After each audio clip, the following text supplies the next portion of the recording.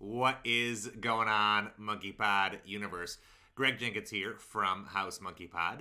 And in this video, I want to share with you a breakdown of a few different Zapier recipes that we use to share content we produce, blog posts, YouTube videos, etc., across our different social channels. Now, this question was originally asked in the Monkeypod Grove, our private community. And so I recorded a breakdown of how we use these different recipes to simplify things for our team. But I wanted to share it with you all in case it can help solve problems for your team or reduce the workload from managing your social channels or just get more mileage out of the content you are already producing. Let's take a look. Here's the way that this works. I basically am tracking either a YouTube channel or a blog, or which is also like an RSS feed is the actual Zapier trigger there. So, and some of them I own, right? I am tracking the Monkeypod YouTube channel and the Monkeypod blog, but I also am like looking for blog posts that Brett Farr publishes on his Blick Digital blog, or blog posts that Sixth Division publish, or that my friend Mandy publishes, right? So there are some different channels that I keep an eye on because I know that people who follow me on my social channels probably will also value that content. So I guess my point is you can set this up for your own feeds, but you can also set this up to track other streams of content that you would like to, be deliberate about promoting or amplifying or just sharing in general. So here's the way that it works. When a new Monkeypod blog post is published, it triggers this zap. And this is set up to watch the RSS feed. So I'm not super familiar with how an RSS feed works, but I was able to find the publicly accessible RSS URL here. It's just my website /feed. And so that when there's a new blog post, it triggers, like it detects that new item in this feed, and then this starts. The second, third, and fourth step, you probably don't need. I'm, grabbing the current date, and then I'm adding this. I'm looking this up and adding this to a spreadsheet of mine that just sort of keeps track of all of this content, and it plugs in like, is it a YouTube video? Is it a blog? Like here's the type of content, the count of the total number of items. And then I use this for some other stuff. And I have some ideas for how I would like to use this in the long term, but mostly it's just like an archive for me to dump all of this stuff into in an automated fashion. But after those items run, let's take a look here. I do some manipulating for I believe the name. Yes. So I branch or I break off the first name. So it publishes the blog post. It grabs information about the blog post, including the author. And, in this case, in most cases, the author is me. So it says Greg Jenkins. So what I'm doing is just splitting that into two parts and then keeping the first name. And the reason I do that is so that in the later steps, I can say, here's a post from Greg, or here's a post from, and if it's a guest post, it would say from Krista, or from Paul, or from Jade, right? Whoever the author was. But then I delay, right? So I don't share it immediately. I have a little bit of a delay set up to wait 1 day. So that gives me time to catch any typos in the post, to just like see if I need to fix anything rather than immediately sharing it everywhere. And then after 1 day, actually this is tweeting it for Jamie DeBose. So Jamie's business is Zenplicity. She and I have connected, and she said, yeah, Greg, you can automatically, tweet your stuff out on my Twitter feed. That gives her regular content and valuable stuff, and it gives me more exposure. So she says, oh, here's a good one from, and then it merges in that name from Greg over at Monkeypod. I'm not sure why that step is skipping. So let's test and continue and make sure that it finds the right name. And then we can jump back here and it should say Greg now. Yeah, okay. So here's a good one from Greg over at Monkeypod. And then it puts the link to the blog post there. And then it has the title of the blog post in parentheses.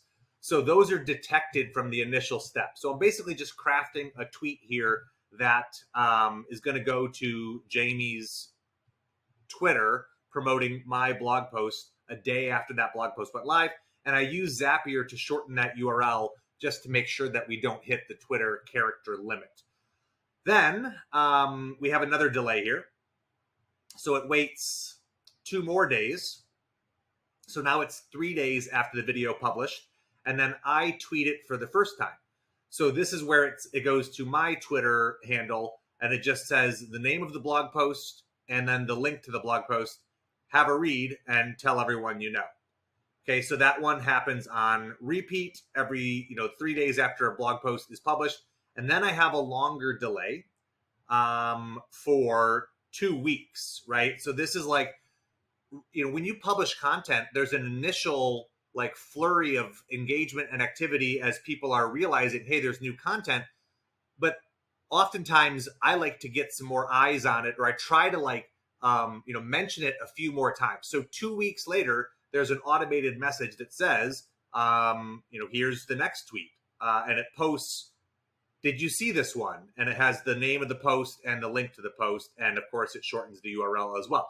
So I know that when a blog post publishes, Jamie's going to tweet it, and then I'm going to tweet it. And then 2 weeks later, I'm going to tweet it again. And then I've got one more delay for 10 days. And then it posts to my Facebook page. And it says, did you guys see this blog post? Worth a read. And I actually think I have a different recipe using if this, then that publishes it to my Facebook page right away. So I think that's why I don't have an immediate post to my Facebook page in this recipe. But you can obviously have as many touch points as you want to as many different channels as you want. The idea is that when new content is published, it is automatically sent out to these different feeds in a reliable way over the course of a couple of weeks, so that I get a few different chances to get it in front of people who it can serve. So that is the way that it works for my blog posts. The recipe is really similar for my YouTube videos, just a different amount of delays and a different set of channels. So let's take a look at that one briefly. This one initiates when a new item is detected on the YouTube feed here. So it's just, tracking the Monkeypod YouTube channel. And you can set this up to track other channels. It's just the extension on the URL for the channel you want to keep an eye on. And then, of course, I'm doing the same stuff with my own internal spreadsheet to make sure they all get added there. And then here is my first delay. So this one is 3 days. So 3 days after a video goes live, Greg tweets it. Pretty simple stuff. Watch, learn, title of the video, link to the video, and then another delay for, I think this one's, 3 weeks, a little bit longer. And then I tweet it again with, I think just in case you missed it, video name, and then the video URL. Those are merge fields from the initial step here in the Zap. So again, similar but simple. It's just making sure that the content I post to my blog or my YouTube video is automatically sent out to my Facebook page, my Twitter handle, and occasionally Jamie's Twitter handle as well. Let's take a look here. I don't know why I turned this one off, but I was also tweeting anything I posted on Instagram. I had it set up to also share that image to Twitter. Twitter has made some changes to their API over the years. So I have made some, this is probably why it's a legacy trigger. But I have made some modifications to these recipes as these different platforms adjust what is possible through their API. But that's sort of the nature of how they work. The last thing I will touch on is an idea that I have used, which is to dynamically use different content in the tweet itself. So rather than always saying, did you see this one? You could rotate in different sentences. And the way that I would do that is with a spreadsheet that has a handful of different samples. And then I would use Zapier to pick one of those from the samples and use it in the actual tweet. So I would write 4 or 5 or 10 or 20 different sample tweets, and then I would randomize which one it chooses so that the automated tweets aren't always identical, so that it shifts between a handful of them, making it feel just a little more organic and a little less robotic. Yeah, okay, this video has gotten long enough. I will pause there. Okay, so there you have it, a handful of recipes you can use to get more mileage out of your content, more eyeballs onto the different blog posts or YouTube videos that you are producing. Now, of course, in this video, we used Zapier as the tool of choice here, but I do want to call out that I believe you can accomplish the exact same thing using recipes from N8N or Make, or insert your tool of choice. If there are other platforms that accomplish the same thing, you can take this concept and replicate it in one of the tools that you might already be taking advantage of. That is it for now. If you found this helpful, drop a comment below, or feel free to share it with someone who you believe it could help. And of course, if you would benefit from a place to ask your questions or to draw inspiration as you use automation throughout your business, you can join us inside the Monkeypod membership. Learn more at ogmembership.com. Take care.